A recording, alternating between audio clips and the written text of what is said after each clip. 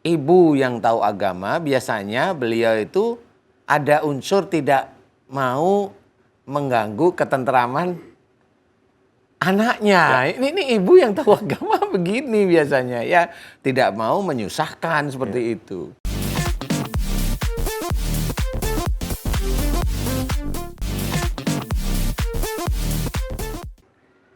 Bismillahirrahmanirrahim. Assalamualaikum warahmatullahi wabarakatuh. Waalaikumsalam warahmatullahi wabarakatuh. Pemirsa setia Siraman Kolbu dimanapun berada yang sedang menyaksikan acara ini, gimana kabarnya? Mudah-mudahan senantiasa dalam keadaan sehat walafiat ya. Yang sedang sakit, kita doakan sama-sama mudah-mudahan diberikan kesembuhan oleh Allah Subhanahu wa taala, dimudahkan segala urusannya baik dunia maupun di akhirat. Amin Allahumma amin. Senang sekali saya Bobi Maulana beserta guru saya Ustadz Danu bisa menemani pemirsa semua di program kesayangan kita, di mana kalau bukan di Siraman Kolbu, Sejukan Hati. Pak Ustadz, memperbaiki akhlak akan menjadikan kita insya Allah menjadi manusia yang lebih bijak lagi. Khususnya kita sebagai laki-laki nih Pak Ustadz ya. Nah, akan tetapi bagaimana ketika dalam permasalahan di rumah ini gitu ya. Misalkan ada yang tinggal sama mertua, ada yang tinggal sama menantunya gitu, tinggal bareng lah gitu ya. Ini sebetulnya sebagai seorang suami, sebagai seorang laki-laki sebetulnya untuk mendahulukan kepentingan ibu atau istri, bagaimana cara mengatur itu supaya seimbang gitu Pak Ustadz. Ya, Iya. Silakan tausiahnya, tema kita dahulukan ibu atau istri. Silakan. Terima kasih Mas Bobi. Sama-sama. Bismillahirrahmanirrahim. Assalamualaikum warahmatullahi wabarakatuh. Waalaikumsalam warahmatullahi Amin ya rabbal alamin. Alhamdulillah, mudah-mudahan di pagi hari ini kita diberikan kesehatan dan juga hidayah oleh Allah Ta'ala. Amin. Amin. Tema kita bagus, yaitu dahulukan ibu atau istri.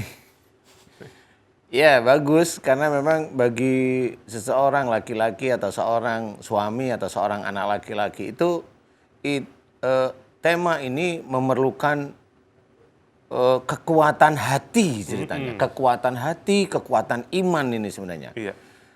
Kalau memang kita melihat dari sisi hanya dahulukan ibu atau istri, kita akan bingung. Tetapi adalah pada saat orang tua kita itu sejak awalnya itu tahu tentang agama, kemudian si istri itu awalnya juga tahu tentang agama, dahulukan ibu atau istri ini insya Allah lebih simpel sebenarnya ya. Tahu tentang agama itu yang ngerti, oh tugasnya sebagai istri itu bagaimana, kemudian sebagai seorang ibu juga bagaimana. Seorang ibu yang tahu agama biasanya beliau itu ada unsur tidak mau mengganggu ketentraman anaknya. Ini ibu yang tahu agama begini biasanya ya, tidak mau menyusahkan seperti itu. Nah, istri juga yang tahu agama juga sama. Suami saya ini tugasnya juga menjaga ibunya, menjaga saya sebagai istrinya, dan juga menjaga saudara perempuannya yang tidak punya pasangan. Kan gitu nih. Betul. Jadi istri yang tahu agama itu begitu udah punya di pakemnya. Nah kalau yang begini insya Allah lebih simpel, lebih bisa diatur ya. Tapi yang susah itu adalah dua-duanya nggak paham. Dua-duanya nggak paham. Ya, itu ribet. Ibunya agamanya taunya maaf nih ya, sholat aja, puasa aja, hanya baca Quran. Egonya masih ada, emosinya masih ada, kekakuan masih ada. Istrinya juga sama. Kenalnya aja di klub. Waduh. Emosinya masih ada, semaunya sendiri dan sebagainya. Nah, inilah si suami pasti pusing di situ ya. Mau mendahulukan yang mana?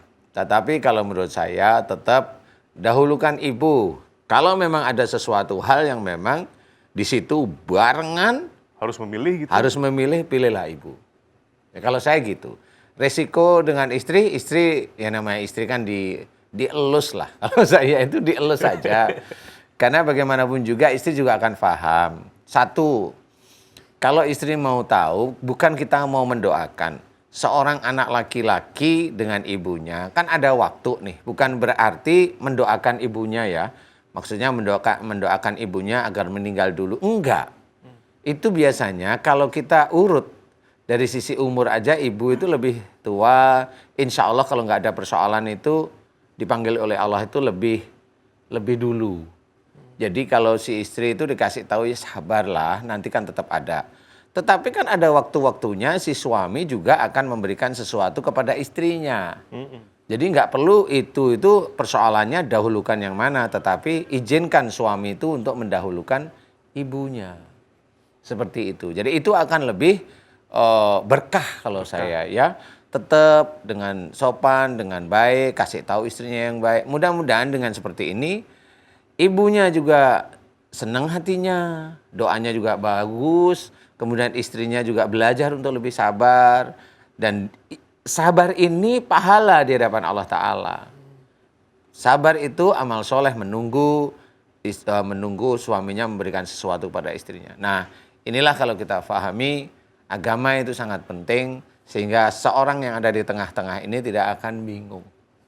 Ya, mudah-mudahan kepandaian yang dititipkan oleh Allah Ta'ala kepada ibu atau kepada istri itu bisa menjadikan seorang yang di tengah itu tetap akan selamat di hadapan Allah Ta'ala. Amin. Mudah-mudahan ini bisa difahami walaupun sulit.